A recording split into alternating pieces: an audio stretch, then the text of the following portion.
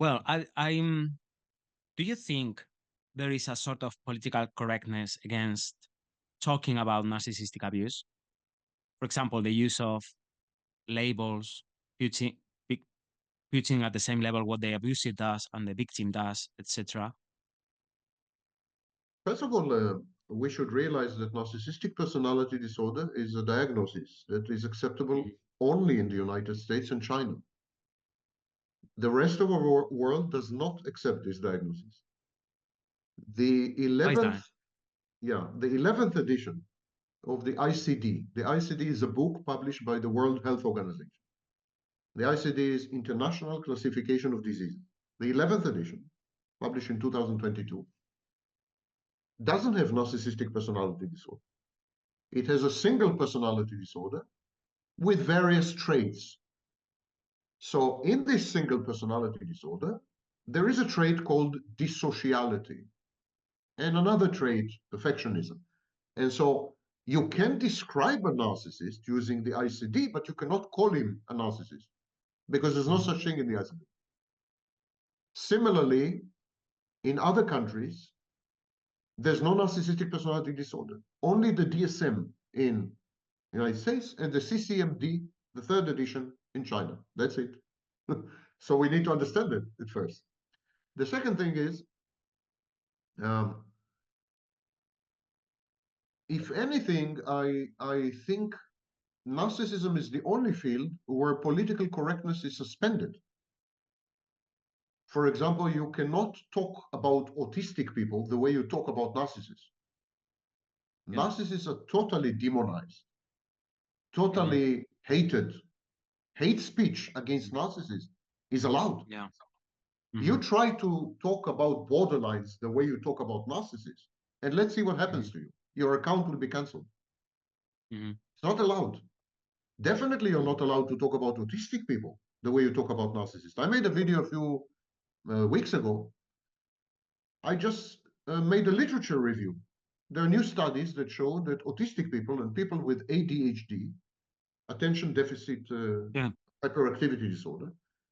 I'm explaining what is ADHD for your viewers, not for you. I know that you know. Oh, okay. Sorry. Sorry. No. No. Yeah. Sorry.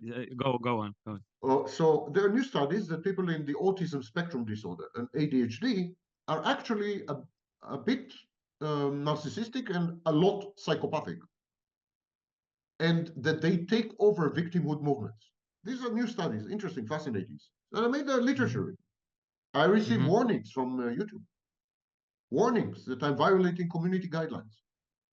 Hmm. But online, you have videos that say how to destroy the narcissist in 7 steps, how to kill the narcissist. The narcissist is a demon, and so on, and no problem whatsoever. You have thousands of such videos. Yeah. So I think narcissism is the only exception to political Hmm. correctness. Moreover, narcissism is weaponized. Political opponents accuse each other that they are narcissists.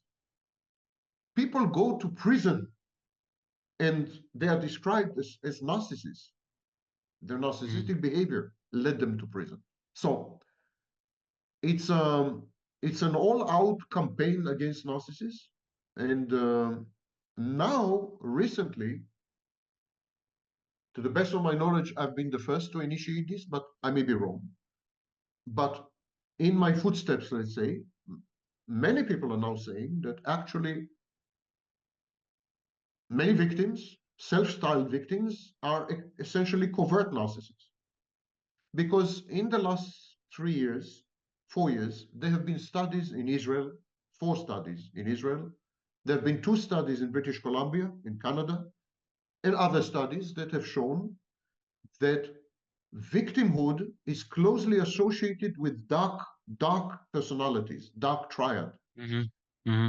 Yeah. So today we're beginning to think that many victims are actually essentially subclinical narcissists, subclinical psychopaths, Machiavellian, manipulative. They use competitive victimhood and virtue signaling to manipulate, to Hmm. become entitled, to gain new rights, to force others to behave in specific ways, and so on and so forth. No, only now we're beginning to talk about this. And Hmm. even now, if you do this, you get an avalanche of attacks that you are victim blaming and blame Mm. shifting, and I don't know what. Even now it's forbidden. The only group of people that you're allowed to do anything you want to, including incite to murder, to kill them, is narcissists. Only. Literally. You can find videos inciting to murder, Yeah, there are some. Yeah, in Spanish as well. There are some videos like how to destroy a narcissist and things like that, and how to take revenge awful. on a narcissist, how to, yeah. Yeah.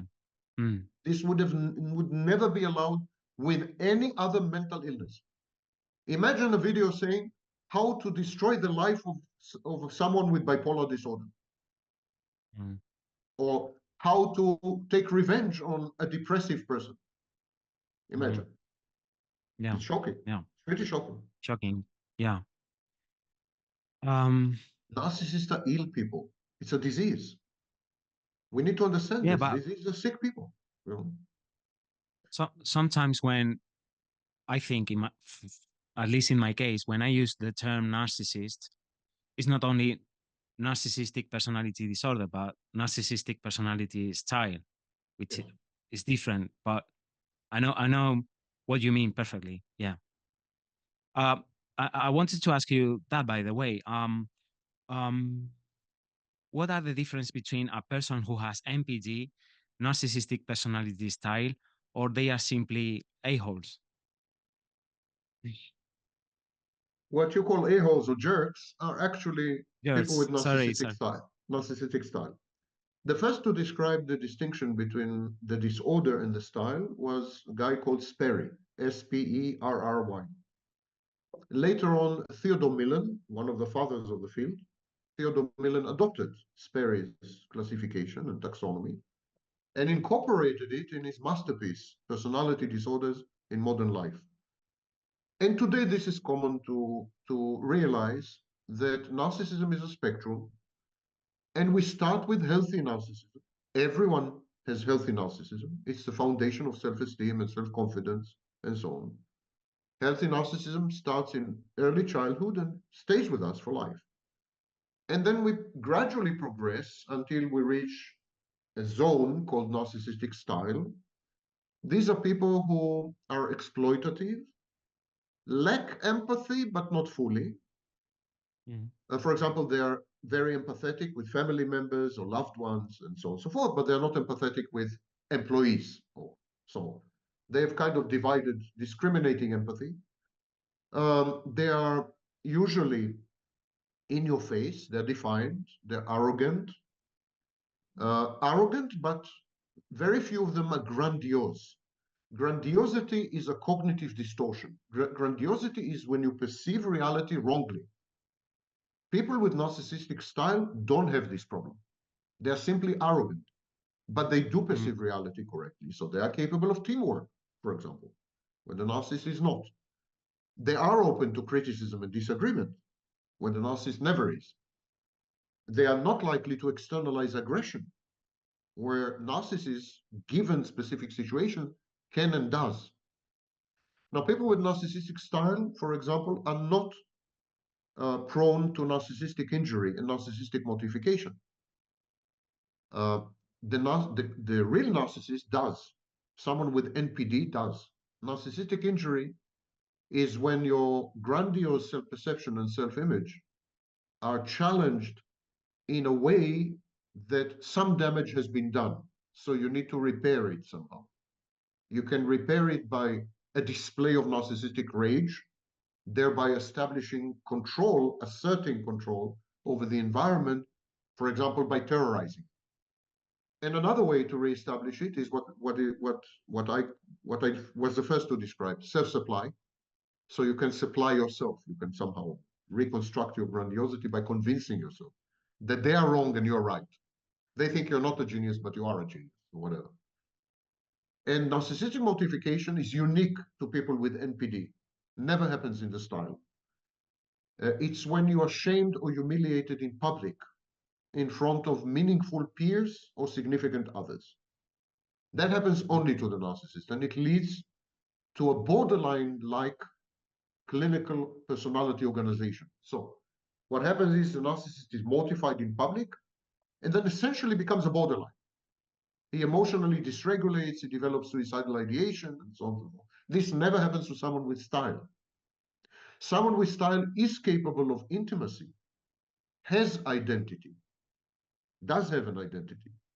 Whereas narcissists have problems in all these areas. Everything comes.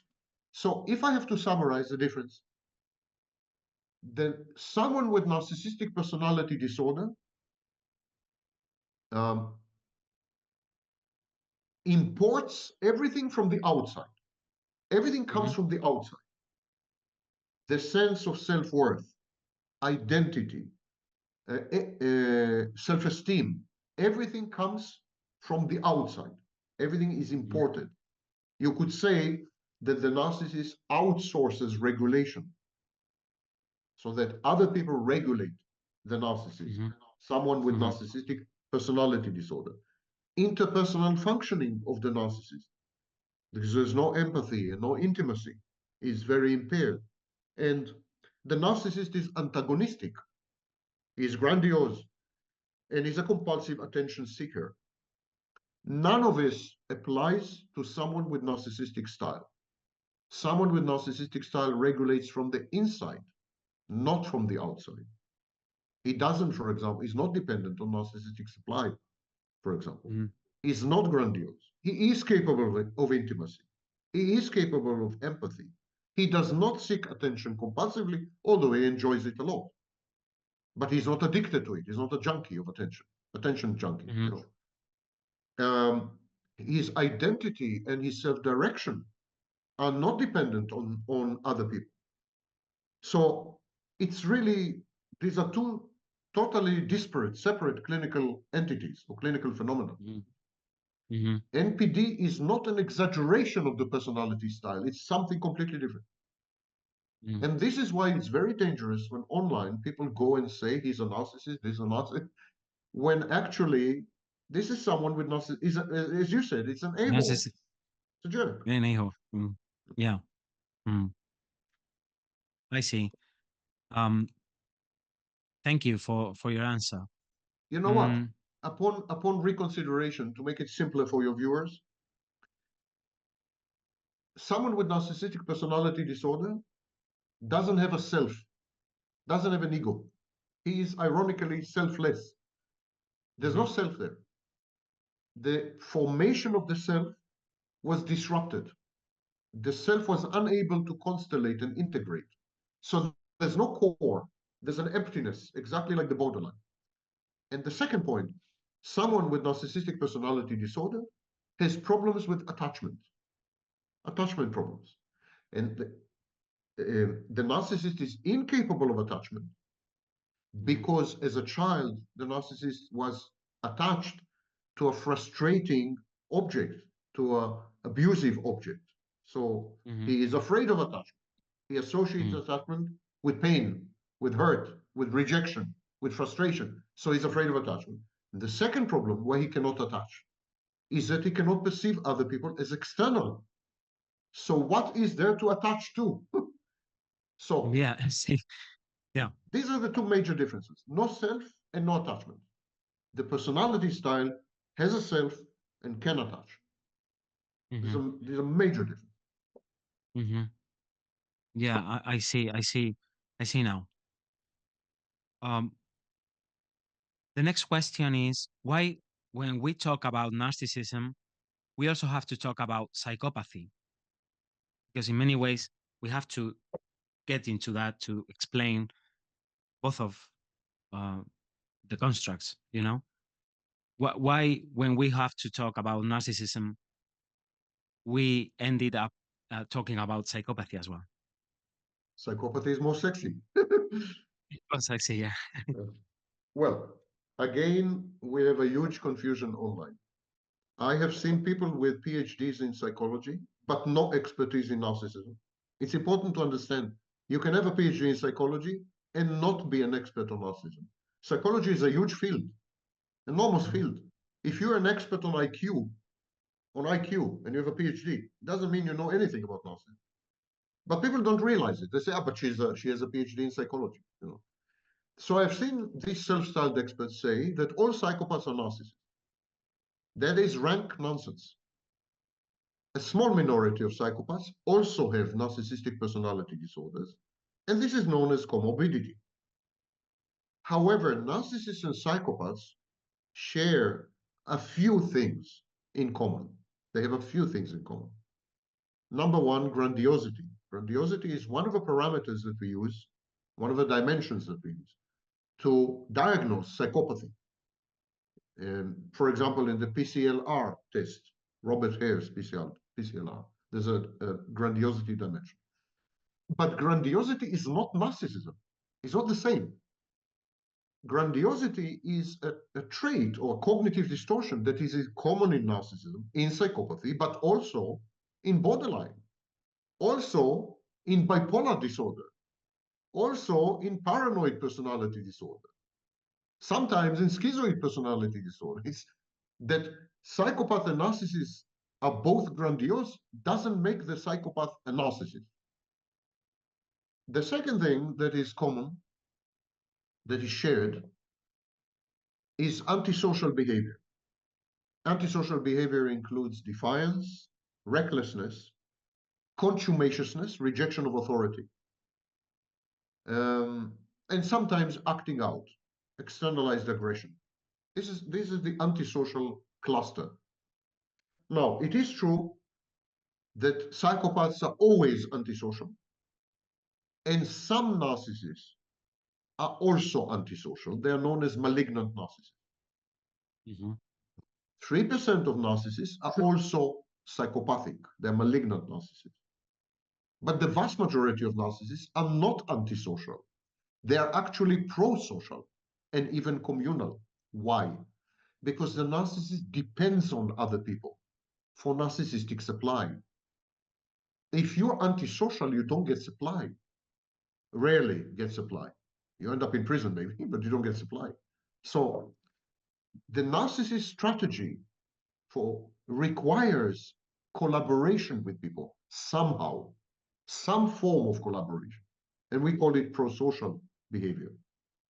The psychopath, on the other hand, doesn't depend on other people for anything. He's a loner. He's a lone wolf. He doesn't need supply. He holds people in total contempt. He regards them as objects. He objectifies them. He ignores them if they're not useful. He steps on them and kills them if necessary to obtain a goal. He has no connection to people whatsoever. So he is never pro-social. He's always antisocial. Whereas the vast majority of narcissists are exactly the opposite. They work with other people in order to extract supply. Even if it's only one person, the narcissist's intimate partner in the shared fantasy, it still requires some kind of interaction and creates some kind of dependency. Psychopath Mm-hmm. doesn't have any of this. Mm-hmm. So people confuse psychopathic narcissists, which used to be known as malignant narcissists, psychopathic Mm-hmm. narcissists, with psychopaths, with narcissists. Yeah. Yeah. Yeah. I completely agree with that. Um, well, my next question was, what is a malignant narcissist? But I think you have already explained. A So, malignant narcissist is a narcissist who, in order to obtain narcissistic supply, uses psychopathic methods of action, modes of action. So he is psychopathic when he's looking for supply. So he would be, for example, contumacious. He would reject authority, but he would reject authority in a very ostentatious manner. He would reject authority in public, like some kind of performance. It would be mhm, performative rejection because he needs an audience. He would want everyone to know that he's rejecting authority because he's brave and courageous and amazing and unique and so on. He would be defiant. He would be reckless, risk taker, novelty seeker, thrill seeker. He would be sometimes, and he would be very often aggressive. He would externalize aggression. So outwardly, phenomenologically, the malignant narcissist appears to be a psychopath, but he's doing all this to obtain supply, which makes him a mhm. narcissist. Mm-hmm. Whereas the psychopath is using the same behaviors, the same methods of operation to obtain sex or money or power or access or contacts or something. The Goals. No. narcissist wants Yeah. only supply. He doesn't care about money or about power. If the narcissist cares about money, it's because money can get him supply. If he's rich, beautiful girls will admire him. So the narcissist regards everything as a tool, a means to obtain supply. Even if the narcissist becomes a politician, it's not because he cares about power, but because power will get him attention. The psychopath will become a politician because he wants power. The narcissist will become a politician because he wants attention, which he's going to Yeah. get only if he's powerful. Yeah. It's totally different. Yeah. Um. Understood. Understood. I understand that point of view. Um. Okay. My next question is, from your point of view, how is social media influencing the narcissism of young people, and not only young people, but people in general? Do you think foster it fosters the grandiosity and some kind of um, raising up in that continuum of narcissism? First of all, I think that history shows that technology follows trends, rarely creates them, it follows them. So narcissism has been rising before social media. And then social media came on the scene because it caters to narcissism. It provides narcissism with tools. So narcissists wanted social media because they needed social media to be better narcissists, more effective as a tool of self-efficacy. So social media is a late development. Narcissism has been rising at least since the 1980s, at least according to studies by Twenge and Campbell and others. It's a very late development. Social media came to full blossom in 2015. It's very late phenomenon. Mm-hmm. Mm-hmm. That's point number one. Point number two, social media legitimizes narcissism, but I don't think creates narcissism. It doesn't foster narcissism. It makes it Mm-hmm. more visible and Mm-hmm. it rewards narcissism. For example, the like on Facebook is Mm-hmm. a tool to reward narcissism. Social media encourages comparison and relative positioning. How am I doing relative to someone else? I got 200 likes, you got 1,000 likes. So social media drives narcissistic behaviors, narcissistic self-evaluation. Social media escalates behaviors. Um, it's the attention economy. It's based on attention. So in order to garner attention, in order to harvest attention, you need to escalate your behavior because you have many competitors all the time. And this leads to escalation on a mass basis. Everyone is escalating. Because if you don't escalate, you will never be noticed. So it does lead to escalating behaviors. I don't think social media has created a single new narcissist. That's not the way narcissism is formed. Narcissism has to do basically with trauma, not with conditioning. Social media is based on addiction and conditioning. But social media legitimized narcissism, made it an organizing principle of life, gave goals to narcissistic goals to people who are not narcissist in principle, and rewarded narcissism dopamine wise, if you wish, rewarded narcissism on a very primordial level, on a brain level. Mm-hmm. So whoever is a narcissist has no reason to not be a narcissist. So it prevents pro-social behavior modification, and whoever is not a narcissist has reason to emulate and imitate narcissists because of the reward system. And everyone, narcissists and non-narcissists, have risen to escalate in order to obtain attention or to secure attention. These are the impacts of social media, in my view. Mm-hmm. Yeah, very well put together, all together. I mean, it makes a lot of sense. Um, well, the next question is a bit, there's a huge debate here, but I would like to know your opinion. Can a narcissist change? Depends how you define change, of course. If you're talking about behavior modification, yes. Um, Mhm. Several treatment modalities, such as, for example, schema therapy, transactional analysis, to some extent CBT. CBT is less effective. They can modify the narcissist's behavior. The narcissist can become, following treatment, the narcissist can become less abrasive, less antisocial if he has been antisocial, more considerate of people, because the narcissist is convinced in therapy that this is more efficacious, more efficient. If if you're nice to people, they do your bidding. They're better sources of supply and so on. So yes, you can modify the narcissist's behaviors. You need to repeat this time and again because the narcissist tends to forget and relapse. It's very similar to addiction. This is exactly what happens in addiction. When you're an Mhm. alcoholic, you go to rehab, and after rehab, you don't drink for a few months.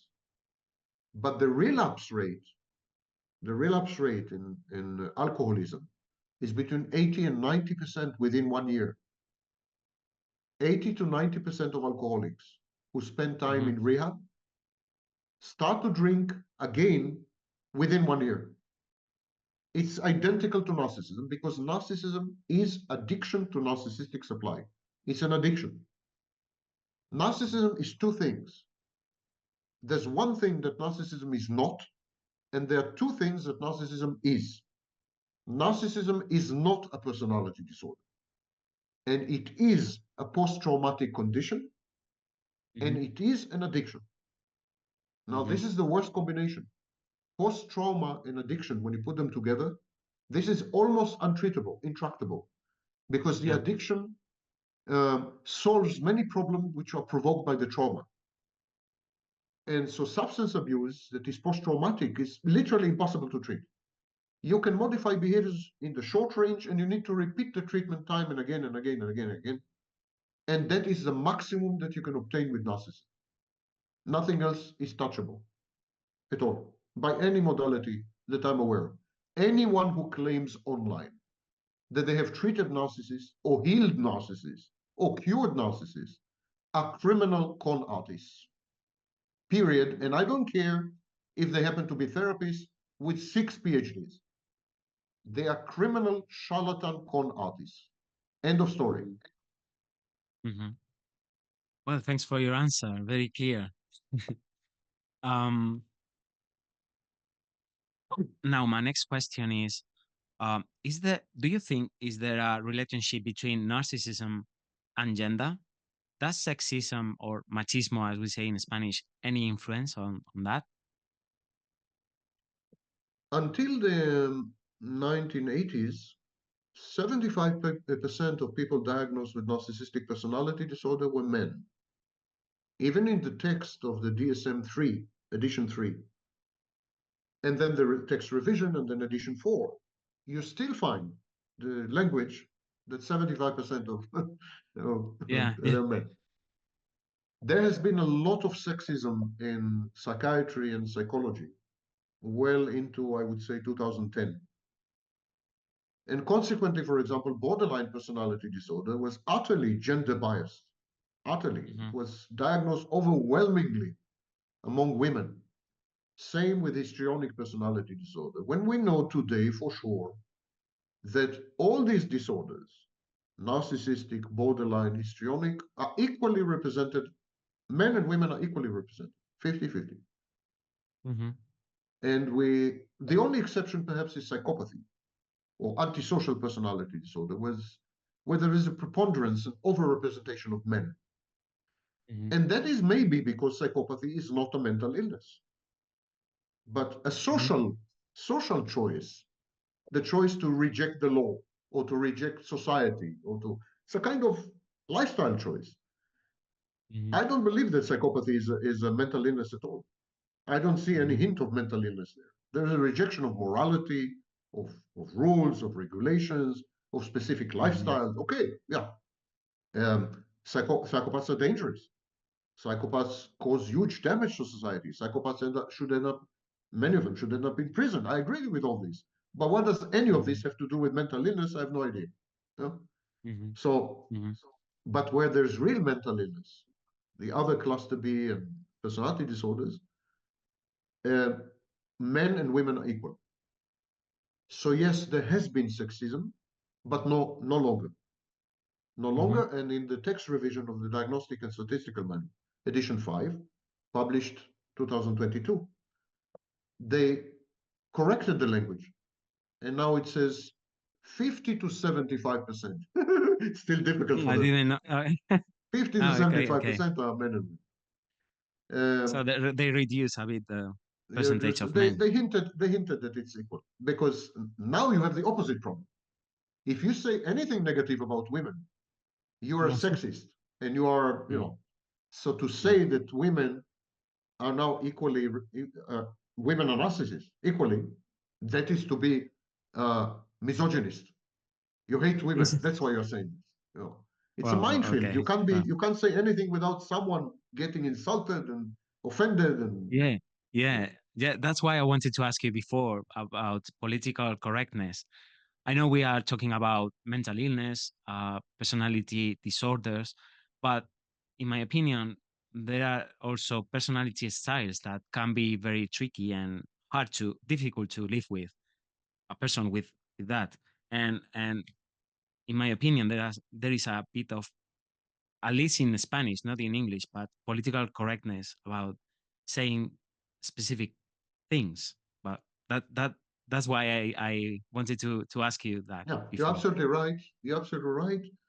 Outside the English speaking world. So, for example, in Europe, therapist refuses to give you a diagnosis of borderline or narcissism. It's never done. Yeah. Absolutely never done. Even in the United States, a growing number of therapists and so on would never give you a diagnosis. They would never tell you you have borderline personality disorder. It's considered stigmatizing. Yeah.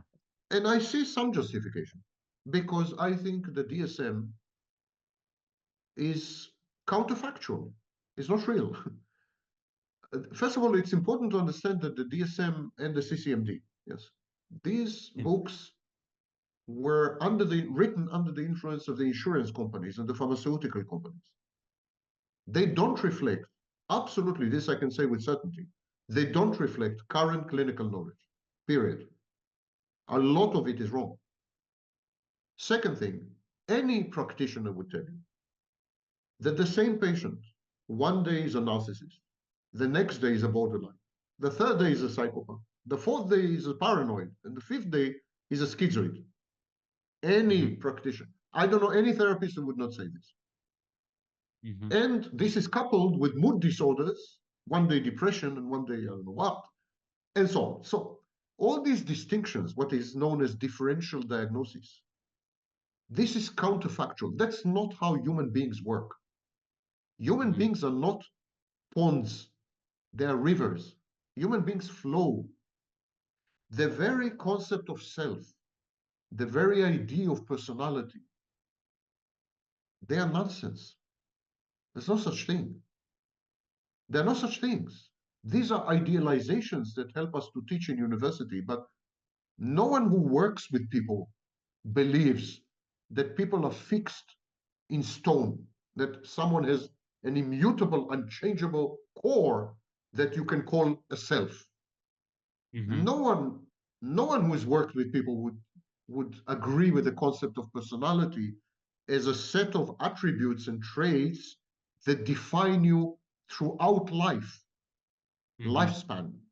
No one would Hmm. agree with this. Who has Hmm. had any contact with human beings rather than with books? And there is a gap, there is a big Hmm. divide between academe and practitioners, people in the field. Hmm. Academe has become fantasy space, perhaps because most academics are narcissists. It's a Hmm. fantasy space. I don't know what they're talking about, which alien species, but they're not talking about Homo sapiens. And then there are the practitioners. Practitioners, for example, could tell you that all narcissists are sometimes overt and grandiose, and sometimes covert and vulnerable and fragile and shy. All practitioners would tell you this. Mhm. It's not true that a narcissist is either grandiose or covert. There is no type constancy. Similarly, all narcissists are sometimes cerebral. They derive narcissistic supply with their intellect, and sometimes somatic. They Mhm. derive narcissistic supply through their sex with, through the body. Mm. So there's no type constancy. And similarly, in borderline, there's no type constancy. A borderline could be aggressive, acting out, crazy making, and I don't know what. And then she would have a period where she would not be promiscuous, and she would not be reckless, and she would be shy, and she would be avoidant, and she would be schizoid. Everyone who's worked with borderline would tell you this. A borderline can sleep with, if she's a woman, she can sleep with 20 guys in 1 year, and then she can have 5 years without a single sex, without a It's single incident of sex. Mhm. So it's nonsense Yeah, to we all divide people flow. into We boxes. Sorry? Mhm. No, sorry. Sorry to interrupt you. We are flow. We are not static, Yes, we are like river, academia not a pond. say. Yeah. Okay. My last question is, how usually do narcissistic people get older? Y- What happens to narcissists when they get older? Sorry. What happens to narcissists when they get See, yeah, older? yeah, yeah, Hmm. yeah. Hmm. How they get older? Ironically, what happens here, if the narcissist is antisocial, if it's a malignant narcissist, exactly like psychopaths and exactly like borderlines, it gets better. In borderline, we have spontaneous remission. Mhm. 81% of people with borderline personality disorder spontaneously lose the diagnosis after age 45, even without treatment. Mhm. About half of people with psychopathic personality disorder, antisocial personality disorder, half of psychopaths, um, no longer engage in psychopathic behaviors, definitely not criminal behaviors, after age 45. About half. If they have been treated, the number shoots up to 75%. By age 55, the vast majority of psychopaths are totally pro-social, the overwhelming vast majority. Same applies to psychopathic narcissists. They mellow, they ameliorate, they become more normal, so to speak. And by their 50s, when they're in their 50s and 60s, there's no proof. What I'm saying is speculation based on my experience. So, Yeah. but I think most of them lose the diagnosis completely. They're no longer narcissists. They're much softer, much kinder, much more attuned to people, much more considerate. They're not empathic, of course. They're still exploitative. They still live in fantasy.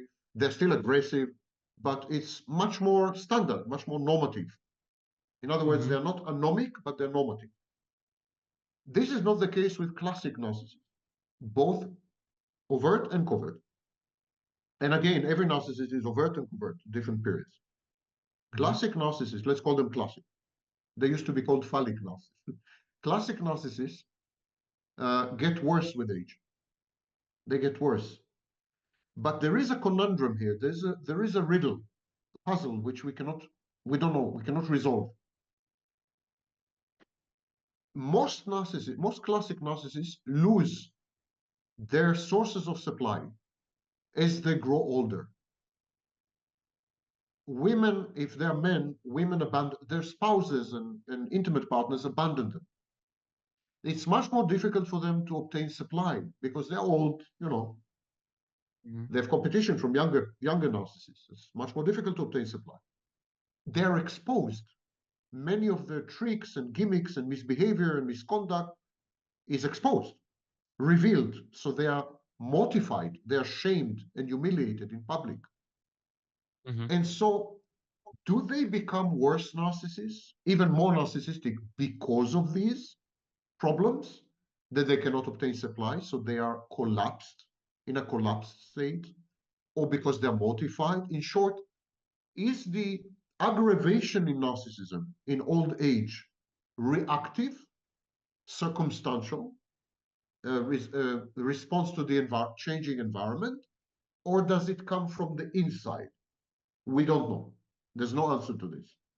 But we do know that all these things I've described are happening. The narcissist ends life isolated, bitter, angry, delusional. It switches from fantasy to delusional disorder, paranoid, very paranoid. So he switches from hypervigilance to paranoid ideation, schizoid on a permanent basis, depressive, develops depressive illnesses and anxiety disorders. Really bad picture. Just look at me. I wouldn't say that. Okay. So hasta I was, I don't know how to say in English, but thanks for your time, Professor Thank you for Vaknin. having me. It has been such an honor for me really, Thank and you. for all my community. I think they will be really really thankful for your time and your knowledge about this topic. Thank you for having me. And Thank you and for your courage and patience.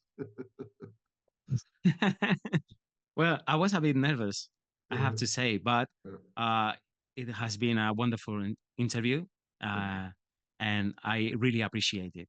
Thank you. See you again, and regards to all the Spanish speakers, even Thank the you. narcissists. Even the narcissist. Thank you. Okay, take Bye. care. Bye. Bye bye.